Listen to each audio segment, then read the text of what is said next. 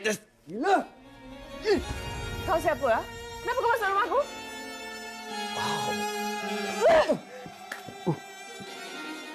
Pembangunan manusia bermula daripada peringkat kanak-kanak, remaja sehinggalah dewasa. Sikap merupakan pembawaan cara bertindak, perasaan dan kepercayaan pada positif dan negatif yang akan menentukan tingkah laku sosial. Peranan ibu bapa, komuniti dan masyarakat sekeliling dalam membentuk generasi yang lebih produktif perlu ditingkatkan dengan mengenal pasti permasalahan, perubahan tingkah laku, emosi dan bijak dalam mencari solusi. Pendidikan akhlak dan nilai murni dapat membentuk keluarga dan masyarakat sekaligus membendung masalah sosial.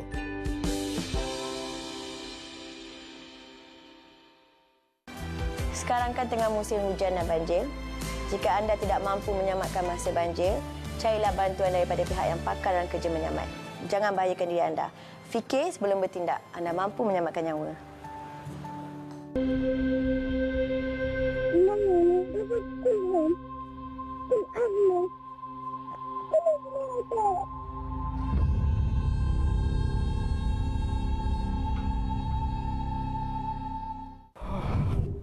Kalaulah masa tu boleh putar balik,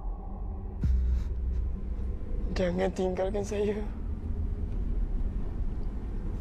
Tolonglah saya.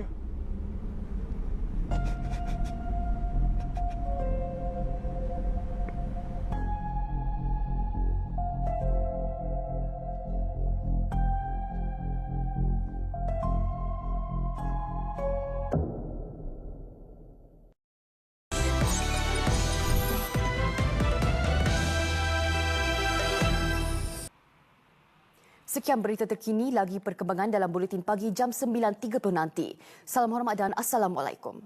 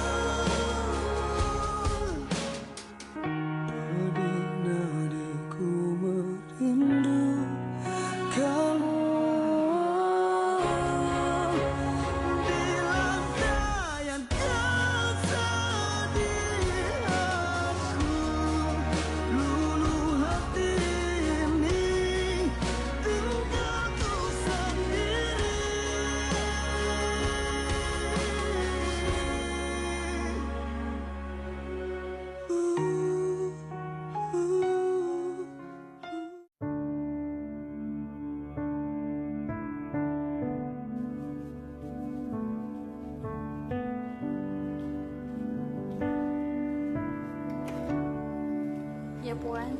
Ya, Christina. Tolong bawa Christina naik atas dengan beg ni sekali, ya? Ya, Puan.